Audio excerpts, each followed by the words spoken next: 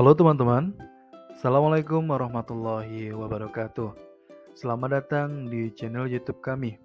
Di video ini, kita akan membahas penyakit yang cukup langka, yaitu sindrom Asherson. Mungkin ada beberapa teman-teman di sini yang sudah mendengar, dan ada juga yang belum mendengar. Untuk itu, tonton terus video ini sampai dengan selesai ya. Tapi, sebelum kita lanjut ke materi, jangan lupa untuk di-like, subscribe, dan nyalakan lonceng agar teman-teman nggak ketinggalan video pembelajaran berikutnya.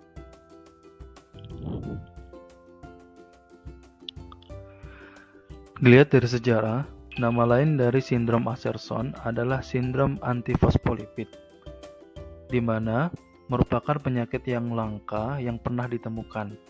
Penyakit ini mengarah pembentukan gumpalan darah di pembuluh darah. Penyakit ini sendiri pertama kali dijelaskan oleh Ronald Asherson pada tahun 1992. Sudah 300 orang telah diidentifikasi dengan sindrom Asherson ini sejak pertama kali didefinisikan dalam literatur medis pada tahun 1992. Apa itu sindrom Asheron? Sindrom Asheron adalah gangguan autoimun yang sangat langka yang ditandai dengan perkembangan selama beberapa jam, hari, atau minggu. Pembekuan darah progresif cepat yang memengaruhi berbagai sistem organ tubuh. Kondisi seperti infeksi, luka akibat trauma fisik, dan kegagalan mekanisme antikoagulasi tubuh biasanya berperan sebagai pemicu.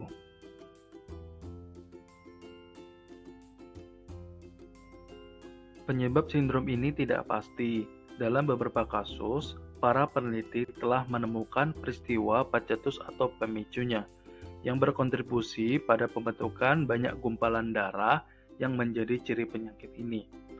Antibodi yang diproduksi untuk melawan penyakit mulai melawan jaringan tubuh yang sehat. Antibodi ditemukan pada sindrom antifosfolipid mulai menyerang molekul lemak fosfolipid yang ada di dalam membran sel. Antibodi ini menargetkan protein dalam darah di seluruh tubuh. Dua protein yang paling umum yang ditargetkan adalah glikoprotein beta 2 dan protombin. Faktor risiko. Yang pertama, gangguan sistem kekebalan tubuh. Pasien-pasien yang memiliki kondisi autoimun lainnya. Yang kedua, infeksi. Kondisi ini lebih sering terjadi pada orang-orang yang memiliki infeksi tertentu, contohnya seperti HIV/AIDS, sifilis, dan hepatitis C. Yang ketiga, obat-obatan tertentu yang telah dikaitkan dengan sindrom antifosfolipid itu sendiri. Gejalanya, yang pertama, pembekuan darah di kaki, akan terjadi bengkak dan kemerahan, sehingga ini bisa menyebabkan emboli ke paru-paru. Yang kedua, keguguran berulang atau lahir mati. Komplikasi lain dari kehamilan termasuk tekanan darah tinggi yang berbahaya dan kelahiran prematur. Stroke dapat terjadi pada orang muda yang memiliki sindrom antifosfolipid, tetapi tidak diketahui faktor risiko penyakit kardiovaskuler. Yang keempat, serangan iskemik transient atau disebut dengan TIA.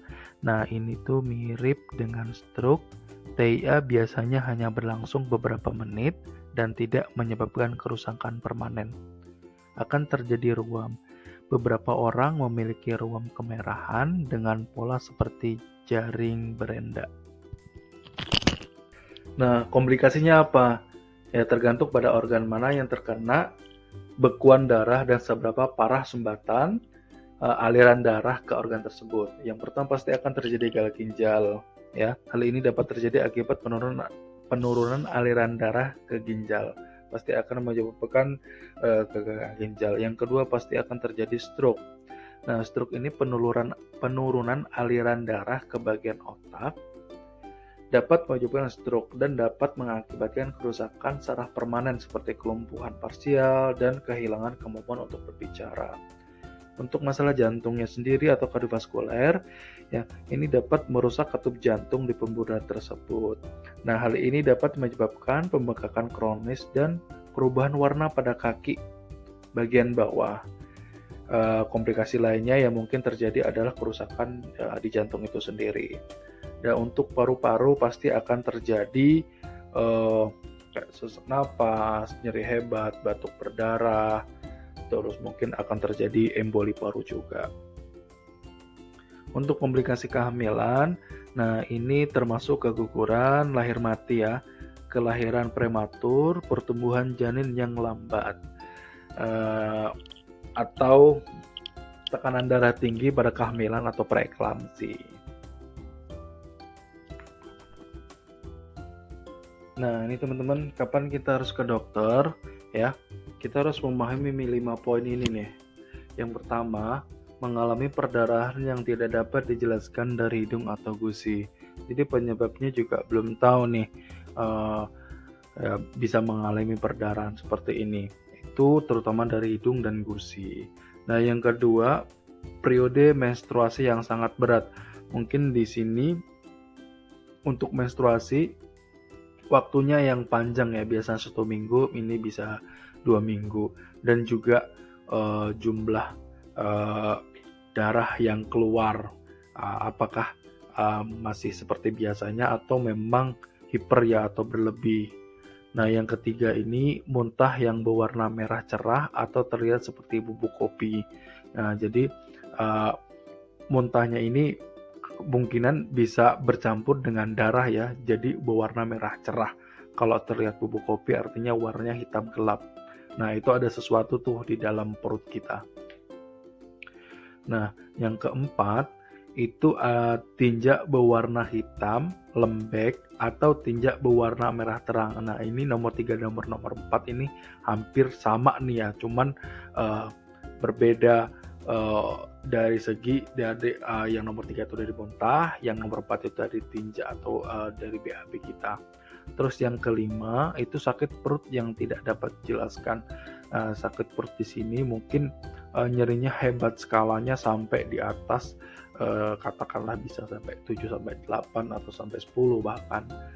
Nah, itu teman-teman yang teman-teman wajib ingat, kapan sih kita harus ke dokter.